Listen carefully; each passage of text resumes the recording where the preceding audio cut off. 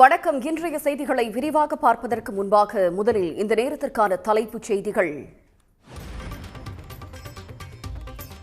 நடிகை பாலியல் வன்கொடுமை வழக்கில் இருந்து நடிகர் திலீப் விடுதலை. தனது திரையுலக பயணத்தை அழிக்கும் சதி அம்பலமாகி இருப்பதாக பேட்டி.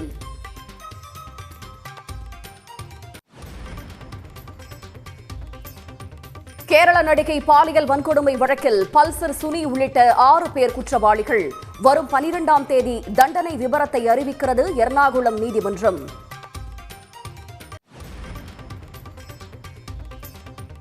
பாலியல் வழக்கில் திலீப் விடுதலை செய்யப்பட்டதற்கு பிரபல மலையாள நடிகைகள் கண்டனம். தீர்ப்பை எதிர்த்து மேல்முறையீடு செய்யப்படும் என கேரள அரசு அறிவிப்பு. சிபிஐ, இடி, ஐடி, தேர்தல் ஆணையம் என அனைத்தும் திமுகவுக்கு எதிராக ஏவப்படலாம். அனைத்தையும் எதிர்கொண்டு பணியாற்ற வேண்டும் என மாவட்ட செயலாளர்களுக்கு முதலமைச்சர் மு.க.ஸ்டாலின் அறிவுறுத்தல். எடப்பாடி பழனிசாமிக்கு எதிராக உச்சநீதிமன்றத்தில் புதிய வழக்கு. அதிமுக பொதுச் செயலாளராக தேர்வு செய்யப்பட்டதை எதிர்த்து சூரியமூர்த்தி என்பவர் மேல்முறையீடு.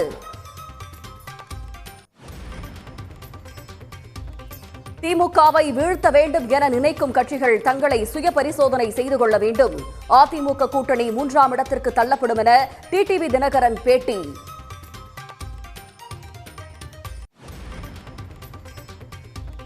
புதுச்சேரியில் நடைபெறும் பொதுக்கூட்டத்துக்கு 5000 பேர் மட்டும் வர தாவேக்க வேண்டுகோள். மின்மாற்றிகள் மரங்கள் மீது ஏறக்கூடாது என தொண்டர்களுக்கு நிபந்தனைகள். உயர்நீதிமன்ற நீதிபதி ஜி.ஆர். சுவாமிநாதனுக்கு எதிராக நாடாளுமன்றத்தில் பதவி நீக்க தீர்மானம். எதிர்க்கட்சி எம்பிக்களின் கையெழுத்தை பெறுவதில் திமுக தீவிரம்.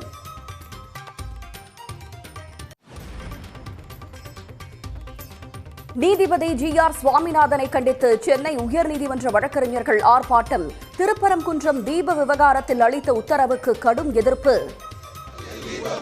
எல்லை கல்லில் தீபம் ஏற்ற உத்தரவிட்டது நீதிதானா?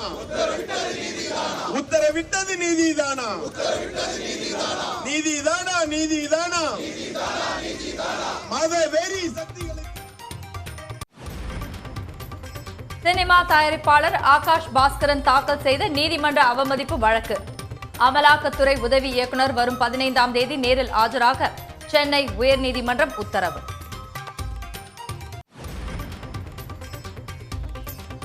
அப்பட்டமான அரசியலுக்காக அமலாக்கத்துறையை ஒன்றிய பாஜக அரசு தூண்டி விடுவதாக அமைச்சர் கே.என். நேரு குற்றச்சாட்டு.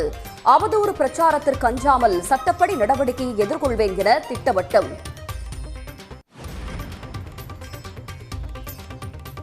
நெல்லையில் லஞ்ச புகாரில் அதிகாரியை சிக்க வைக்க முயன்ற விவகாரம்.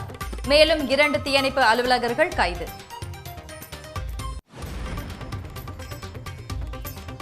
தமிழ்நாடு முழுவதும் தூய்மை பணியாளர்கள் போராட்டம். ஊதிய உயர்வு, பணி நிரந்தரம், கருணை தொகை உள்ளிட்ட கோரிக்கைகளை வலியுறுத்தி முழக்கம்.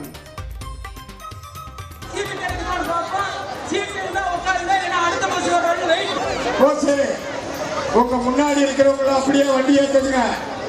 உங்க முன்னாடி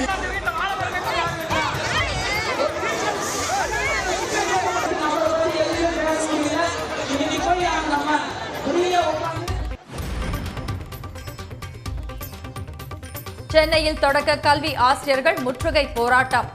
ஒன்றிய அரசு ஊழியர்களுக்கு இணையான ஊதியம் உள்ளிட்ட கோரிக்கைகளை வலியுறுத்தி முழக்கம்.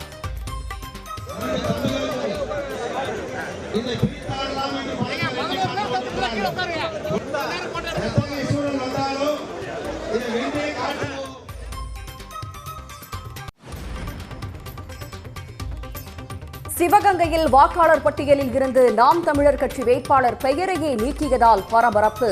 இறந்துவிட்டதாக கூறி நீக்கியதால் ஆட்சியரிடம் நாதக வேட்பாளர் வாக்குவாதம்.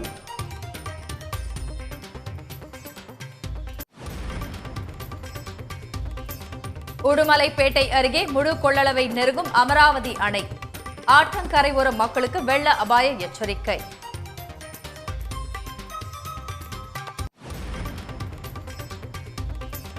தனது திரை வாழ்வில் முக்கியத்துவம் வாய்ந்தது படையப்பா திரைப்படம். 25 ஆண்டுகளுக்கு பிறகு மீண்டும் வெளியாகும் படம் பற்றி ரஜினிகாந்த் நெகிழ்ச்சி.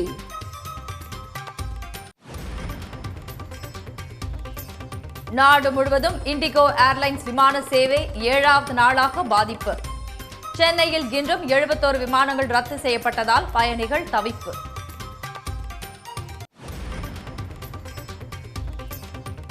மக்களவையில் வந்தே மாதரம் பாடலின் 150வது ஆண்டு விழா சிறப்பு விவாதம்.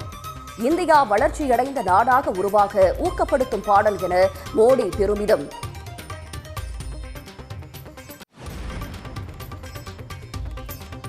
மேற்கு வங்க தேர்தலை கருத்தில் கொண்டு வந்தே மாதரம் விவாதத்தை பாஜக கையில் எடுத்துள்ளதாக பிரியங்கா காந்தி விமர்சனம்.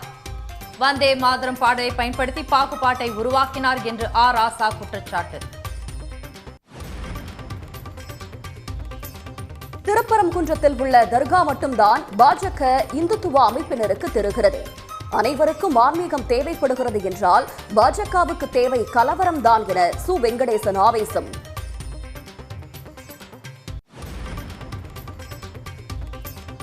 இமாச்சல் பிரதேச மாநிலம் மணாலியில் தொடர்ந்து கடும் பனிப்பொழிவு.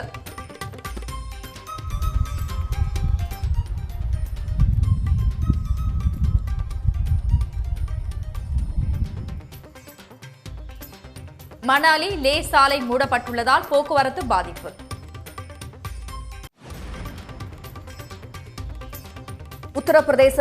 உத்தரப்பிரதேசத்தில் காவல் ஆய்வாளர் துப்பாக்கி குண்டு பாய்ந்து மர்மமான முறையில் மரணம். ஆபாச வீடியோக்களை காட்டி மிரட்டியதாக உடன் பணியாற்றிய பெண் போலீஸ் கான்ஸ்டபிள் கைது.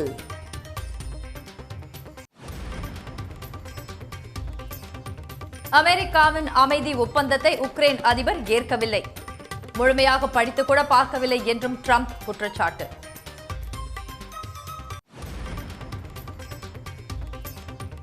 இலங்கையை உருக்குலைத்த வெள்ளத்தால் தனி தீவுகளாக காட்சியளிக்கும் கிராமங்கள். 22 மாவட்டங்களில் போர்க்கால அடிப்படையில் நிவாரணப் பணிகள். நாட்டையே உலுக்கிய மலையாள நடிகை பாலியல் வன்கொடுமை வழக்கில் பல்சர் சுனி உள்ளிட்ட 6 பேர் குற்றவாளிகள் என எர்ணாகுளம் நீதிமன்றம் அறிவித்துள்ளது. வழக்கில் முக்கிய குற்றவாளி என குற்றம் சாட்டப்பட்ட நடிகர் திலீப்பை விடுதலை செய்தும் நீதிமன்றம் தீர்ப்பளித்துள்ளது. 2017ஆம் ஆண்டு பிரபல மலையாள நடிகை பாலியல் வன்கொடுமைக்கு உள்ளாக்கப்பட்டது தொடர்பான வழக்கில் 8 ஆண்டுகால விசாரணைக்கு பிறகு எர்ணாகுளம் முதன்மை அமர்வு நீதிமன்றம் தீர்ப்பளித்துள்ளது. இந்த வழக்கில் குற்றம் சாட்டப்பட்ட பல்சர் சுனி, மார்டின் ஆண்டனி, மணிகண்டன், விஜய், சலீம், பிரதீப் ஆகிய 6 பேரும் குற்றவாளிகள் என நீதிபதி அறிவித்தார். இவர்கள் மீது ஆழ்கடத்தல், கூட்டு பாலியல் வன்கொடுமை உள்ளிட்ட 6 பிரிவுகளில் குற்றச்சாட்டுகள் நிரூபிக்கப்பட்டுள்ளதாகவும் அவர்களுக்கான தண்டனை 12ஆம் தேதி அறிவிக்கப்படும் என்றும் நீதிபதி தெரிவித்தார். அதே நேரத்தில் நடிகை கடத்தல் மற்றும் பாலியல் வன்கொடுமை வழக்கில் 8வது குற்றவாளியாக சேர்க்கப்பட்டிருந்த நடிகர் திலீப் சதி செய்தார் என்பதற்கு உறுதியான ஆதாரம் இல்லை என கூறி அவரை விடுதலை செய்தும் நீதிபதி தீர்ப்பளித்தார். திலீப்பின் நண்பர்களான சார்லி தாமஸ், சனில்குமார் மற்றும் சரத் நாயர் ஆகியோரும் வழக்கிலிருந்து விடுவிக்கப்பட்டுள்ளனர். இதையடுத்து செய்தியாளர்களிடம் பேசிய நடிகர் திலீப் தனக்கு ஆதரவளித்த வழக்கறிஞர்கள், நண்பர்கள் மற்றும் உறுதுணையாக இருந்த ரசிகர்களுக்கும் நன்றி தெரிவித்தார். എല്ലാ കുടുംബാംഗങ്ങളോടും എന്റെ സുഹൃത്തുക്കളും അവരുടെ കുടുംബങ്ങളോടും അതുപോലെ എനിക്ക് വേണ്ടി കാണാത്ത കേൾക്കാത്ത ആളുകൾ ഒരുപാട് പേര്, കോടിക്കണക്കിന് ആൾക്കാർ എനിക്ക് വേണ്ടി പ്രാർത്ഥിച്ചിട്ടുണ്ട്. അവരോടൊക്കെ ഞാൻ ആത്മാർത്ഥമായിട്ടുള്ള നന്ദി പറയുകയാണ്. 2017ஆம் ஆண்டு ஜூலை 10ஆம் தேதி திருச்சூரில் படப்பிடிப்பை முடித்துவிட்டு எர்ணாகுளம் நோக்கி சென்று கொண்டிருந்த பிரபல மலையாள நடிகை காரில் கடத்தப்பட்டார். அவர் பாலியல் வன்கொடுமை செய்யப்பட்டதும் அதனை குற்றவாளிகள் வீடியோ பதிவு செய்தனர் என்ற செய்தி நாட்டையே உலுக்கியது. இது தொடர்பாக வழக்கு பதிவு செய்த கேரள போலீசார் பிரபல மலையாள நடிகர் திலீப் மற்றும் பெரும்பாவூரைச் சேர்ந்த பல்சர் சுனி உள்ளிட்டோரை கைது செய்தனர். முன்விரோதம் காரணமாக நடிகர் திலீப் சதித்திட்டம் தீட்டியதாகவும் குற்றவாளி பல்சர் சுனிக்கு 1.5 கோடி ரூபாய் பணம் கொடுத்து தாக்குதலை அரங்கேற்றியதாகவும் கேரள போலீசார் குற்றம் சாட்டினர். 2017 ஜூலை மாதம் கைது செய்யப்பட்ட நடிகர் திலீப் 84 நாட்கள் சிறைவாசத்திற்கு பிறகு ஜாமீனில் வெளிவந்தார். பல்சர் சுனியிடம் திலீப் செல்போனில் பேசியதாக ஆடியோக்கள் வெளியாகி பரபரப்பை ஏற்படுத்தினாலும் கொச்சி அருகே ஆற்றில் வீசப்பட்ட சுனியின் செல்போனை போலீசார் மீட்க முடியாததே திலீப் விடுதலைக்கு முக்கிய காரணமாக கருதப்படுகிறது. பாலியல் வன்கொடுமை வழக்கில் தன்னை சிக்க வைத்த நடத்த சதியில் பின்னணியில் நடிகை மஞ்சு வாரியர் இருப்பதாக நடிகர் திலீப் பரபரப்பு குற்றச்சாட்டை முன்வைத்திருக்கிறார். அதே நேரத்தில் திலீப் விடுதலையை எதிர்த்து மேல்முறையீடு செய்யப்போவதாக கேரள அரசு தெரிவித்துள்ளது. மலையாள நடிகை பாலியல் வன்கொடுமை வழக்கில் 6 பேர் குற்றவாளிகள் என அறிவிக்கப்பட்ட நிலையில் வழக்கில் குற்றம் சாட்டப்பட்ட நடிகர் திலீப் விடுதலை செய்யப்பட்டுள்ளார். தீர்ப்பு வெளியான பிறகு செய்தியாளர்களிடம் பேசிய நடிகர் திலீப் தனது முதல் மனைவியான மஞ்சு வாரியார் சந்தேகம் கிளப்பிய பிறகே வழக்கில் தான் சேர்க்கப்பட்டதாக குற்றம் சாட்டினார். சம்பவம் நடந்து 2 நாட்களுக்கு பிறகு மஞ்சு வாரியார் பாதிக்கப்பட்ட நடிகைக்கு ஆதரவாக பேசியதை சுட்டிக்காட்டிய திலீப் அதன் பிறகே மூத்த காவல்துறை அதிகாரி ஒருவர் குற்றவாளிகள் உதவியுடன் தன்னை வழக்கில் சிக்க வைக்க சதி செய்ததாக புகார் தெரிவித்தார். இந்த வழக்கே தனது திரையுலக பயணத்தையும் வாழ்க்கையும் அழிக்கும் சதி என்றும் திலீப் കുറ്റം സാട്ടിയുള്ളാർ. ഈ പോലീസ് സംഘം ചില മാധ്യമങ്ങളെയും അവർക്ക് ഒത്താശ ചെയ്തു കൊടുക്കുന്ന ചില മാധ്യമ പ്രവർത്തകരെയും കൂട്ടുപിടിച്ച് ഈ കള്ളക്കഥ സാമൂഹ്യ മാധ്യമങ്ങളിലൂടെ പ്രചരിപ്പിക്കുകയും ചെയ്തു. ഇന്ന് കോടതിയിൽ പോലീസ് സംഘം ഉണ്ടാക്കിയ കള്ളക്കഥ തകരുകയാണ് ചെയ്തത്. ഈ കേസിൽ യഥാർത്ഥ ഗൂഢാലോചന എന്ന് പറയുന്നത് എന്നെ പ്രതിയാക്കാനാണ്. സമൂഹത്തിൽ എന്റെ കരിയർ, എന്റെ ഇമേജ്, എന്റെ ജീവിതം നശിപ്പിക്കാൻ വേണ്ടി ചെയ്തതാണ്. பாலியல் வழக்கிலிருந்து நடிகர் திலீப் விடுவிக்கப்பட்ட நிலையில் பாதிக்கப்பட்ட நடிகைக்கு பல்வேறு மலையாள நடிகைகளும் தங்கள் ஆதரவை வெளிப்படுத்தி வருகின்றனர். தீர்ப்பு குறித்து இன்ஸ்டாகிராம் பக்கத்தில் கருத்து தெரிவித்துள்ள நடிகை பார்வதி நீதி என்ன ஆனது என்று ஆவேசமாக கேள்வி எழுப்பியுள்ளார். நன்கு திட்டமிட்டு உருவாக்கப்பட்ட திரைக்கதை இன்று மிகவும் கொடூரமான முறையில் அரங்கேற்றப்பட்டுள்ளதாகவும் அவர் காட்டமாக விமர்சித்துள்ளார். பிரபல நடிகைகளான ரீமா கலிங்கல் மற்றும் ரம்யா நம்பீசன் ஆகியோர் அவளுக்கொப்பம், அதாவது அவளோடு இருக்கிறோம் என பாதிக்கப்பட்ட நடிகைக்கு ஆதரவு தெரிவித்து இன்ஸ்டாகிராம் பக்கத்தில் பதிவிட்டுள்ளனர். இதேபோல பல நெட்டிசன்களும் திலீப் விடுதலை குறித்து சமூக வலைதளங்களில் பல்வேறு கருத்துக்களை தெரிவித்து வருகின்றனர். இதனிடையே வழக்குகளிலிருந்து அதிகாரமிக்க நபர்கள் விடுதலையாவது வாடிக்கையாகிவிட்டது என விமர்சித்துள்ள கேரள நடிகைகள் கூட்டமைப்பு திலீப் விடுதலையை எதிர்த்து பாதிக்கப்பட்ட நடிகை தரப்பில் மேல்முறையீடு செய்ய உள்ளதாக தெரிவித்துள்ளது. பாதிக்கப்பட்ட நடிகைக்கு கேரள அரசு துணை நிற்கும் என கூறியுள்ள கேரள சட்ட அமைச்சர் பி ராஜீவும் முழுமையான நீதியை நிலைநாட்ட தீர்ப்பை எதிர்த்து மேல்முறையீடு செய்ய உள்ளதாக தெரிவித்துள்ளார். சிபிஐ, இடி, ஐடி, தேர்தல் ஆணையம் ஆகியவற்றை திமுகவுக்கு எதிராக எதிரிகள் ஏவி விடுவார்கள் என கூறியுள்ள முதலமைச்சர் மு.க.ஸ்டாலின் அனைத்தையும் தாண்டி கட்சி நிர்வாகிகள் களப்பணியில் தீவிரம் காட்ட வேண்டும் என வலியுறுத்தியுள்ளார். என் வாக்குச்சாவடி வெற்றி வாக்குச்சாவடி முன்னெடுப்பு தொடர்பான திமுக மாவட்ட செயலாளர்கள் கூட்டம் காணொலி வாயிலாக நடைபெற்றது. இதில் உரையாற்றிய திமுக தலைவரும் முதலமைச்சருமான மு.க.ஸ்டாலின் என் வாக்குச்சாவடி வெற்றி வாக்குச்சாவடி என்பது நமது வெற்றியை உறுதிப்படுத்தும் தேர்தல் பணி என்று குறிப்பிட்டார். எத்தனை எதிரிகள் வந்தாலும் தமிழ்நாட்டை மீண்டும் ஆளப்போவது உதயசூரியன்தான் என்றும் உறுதியுடன் கூறினார். சாதகமான சூழ்நிலைகள் இருந்தாலும் நம் எதிரிகளை குறைத்து மதிப்பிடக்கூடாது என்று கூறிய அவர் சிபிஐ, இடி, ஐடி, தேர்தல் ஆணையம் இவை அனைத்தையும் அவர்கள் நமக்கு எதிராக பயன்படுத்துவார்கள் என்று தெரிவித்துள்ளார். இவற்றை திமுகவின் கொள்கை பலம், கட்டமைப்பு ஆகியவற்றை சரியாக பயன்படுத்தி எதிர்கொள்ள வேண்டும் என்றும் முதலமைச்சர் மு.க.ஸ்டாலின் அறிவுறுத்தியுள்ளார். தமிழ்நாட்டில் திமுக கூட்டணி பலம் ஆட்சி அதிகாரத்துடன் வலுவாக இருப்பதாக அம்மா மக்கள் முன்னேற்றக் கழக பொதுச் செயலாளர் டிடிவி தினகரன் கூறியிருக்கிறார். எதிர்வரும் சட்டமன்ற தேர்தலில் தாவேக்கு தலைமையில் கூட்டணி அமைத்தாலும் அதிமுக பாஜக கூட்டணி 3வது இடத்துக்கே தள்ளப்பட வாய்ப்பிருப்பதாக அவர் தெரிவித்திருக்கிறார். திமுகவை எதிர்க்கின்ற அத்தனை கட்சிகளும் சுய பரிசோதனை செய்து கொண்டு அது சரி செய்துதான் அதை சரி செய்வதன் மூலம்தான் வருகிற தேர்தலில் திமுகவை வீழ்த்த முடியும். ஏன்னா திமுக கூட்டணி பலம் இருக்கு. இன்னும் சொல்ல போனால் அவர்கள் ஆட்சி அதிகாரத்தோட வலிமையாக இருக்கிறார்கள். இன்னும் என்டிஏ கூட்டணியில் இருந்த சில கட்சிகளோடு அவர்கள் பேசிக் கொண்டிருப்பதாகத்தான் தகவல் வருகிறது. என்டிஏ கூட்டணியில் இருந்த சில கட்சிகள் பிளவுபட்டு இருக்கிறது. இன்னொன்று தாவேக என்ற புதிய வரவு வேறு இருக்கிறது. இதையெல்லாம் என்னவென்று திமுக வீழ்த்த வேண்டும் என்று உண்மையிலேயே நினைக்கின்ற கட்சிகள் அதையெல்லாம் உறுதியாக சரி செய்யவில்லை என்றால் திமுகவை வீழ்த்துவது மிகவும் கடினமாக இருக்கும் என்பது நான் யதார்த்தமாக சொல்கிறேன். அதுக்காக திமுகவோட கூட்டணி போறேன் அப்படி இப்படின்லாம் சொல்லல. நேற்று கூட உங்கள்கிட்ட சொல்ல தாவேக தலைமையில் ஒரு பலமான கூட்டணி அமைந்தால் அது திமுக கூட்டணியை வீழ்த்துவதற்கு வாய்ப்பு இருக்குதுன்னு சொன்ன உடனே திமுக நான் பார்க்கிறேன் நீங்க ஹெட்லைன்ல தாவேகா தலைமையிலும் பலமான கூட்டணி அமைப்புலாம் சொல்லல. தாவேகா தலைமையிலும் கூட்டணி அமைய வாய்ப்பு இருக்கிறது, 4 முறை போட்டி இருக்கும் என்று சொன்னேன். அதுல நண்பர் சீமான் தனித்து போட்டிடுவார். தேசிய ஜனநாயக கூட்டணி, ஆளும் கட்சி திமுக கூட்டணி, அதை தாண்டி தாவேகா தலைமையில் ஒரு கூட்டணி அமைவதற்கு வாய்ப்பு இருக்கிறதுனா அண்ணன் செங்கோட்டையன் போன்ற மூத்தவர்கள் எல்லாம் இன்றைக்கு அந்த இயக்கத்திலே இணைந்து அவர் கூட்டணிக்காக பல முயற்சிகள் செய்வதை நாம் கேள்விப்படுகிறோம். தாவேகா தலைமையில் ஒருவேளை கூட்டணி அமைந்தால் அது என்டிஏ கூட்டணியை 3வது இடத்திற்கு தள்ளக்கூடிய வாய்ப்பு இருக்கிறது. இது ஏதோ பழனிசாமி அவர்கள் மீது எனக்கு தனிப்பட்ட வருத்தத்தினால சொல்லல, யதார்த்தத்தை சொல்றேன். இப்ப நான் பேசுறது எல்லாமே யதார்த்தத்தை பேசுகிறேன். பாமக தலைவர் பதவி சின்னம் தொடர்பாக நீதிமன்றம் அளித்த தீர்ப்பு குறித்து ராமதாஸ் அன்புமணி தரப்பு இடையே வார்த்தை போர் வெடித்துள்ளது. அன்புமணி தரப்பில் வழக்கறிஞர் பாலு கூறிய குற்றச்சாட்டுக்கு ராமதாஸ் தரப்பில் சேலம் பாமக எம்எல்ஏ அருள் விளக்கம் கொடுத்துள்ளார். மருத்துவர் அன்புமணி ராமதாஸ் அவருக்கு அதிகாரம் இல்லை என்று சொல்ல வேண்டும் என்றால் சிவில் கோர்ட்டுக்கு போய் உத்தரவு வாங்கிப்பாங்க. இப்போ கூட நான் சொல்கிறேன், நான் அன்புமணி ராமதாஸ் அவர்கள் சார்பில் தான் வரேன். எங்களுக்கு 26 வரைக்கும் எங்களுக்கு சின்னம் ஒதுக்கப்பட்டிருக்கிறது. அன்புமணி ராமதாஸ் தான் இன்றைக்கும் தலைவர், நான் மறுக்க. ஆனால் இப்போ கூட சொல்கிறேன், தேர்தல் ஆணையம் எங்களுக்கு 2026 வரைக்கும் கொடுத்துட்டதுனாலேயே நாங்கள் 26 வரைக்கும் நாங்கள் இருப்போம். எந்த கோர்ட்டும் எங்களை ஒன்றும் நான் சொல்லலை.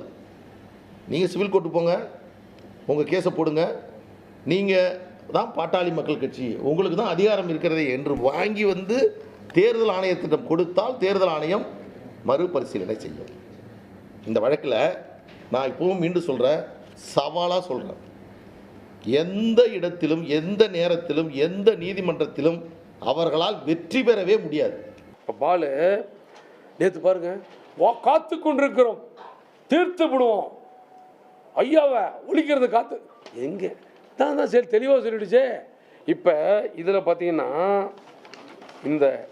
இந்த வழக்கில் அன்புமணி தான் ரைவல் கிளைண்ட். இது நான் சொல்லல, நீதிமன்றம் சொல்லியிருக்கேன். நீதிமன்ற தீர்ப்புல ரைவல் கிளைண்ட் யார்? அன்புமணி.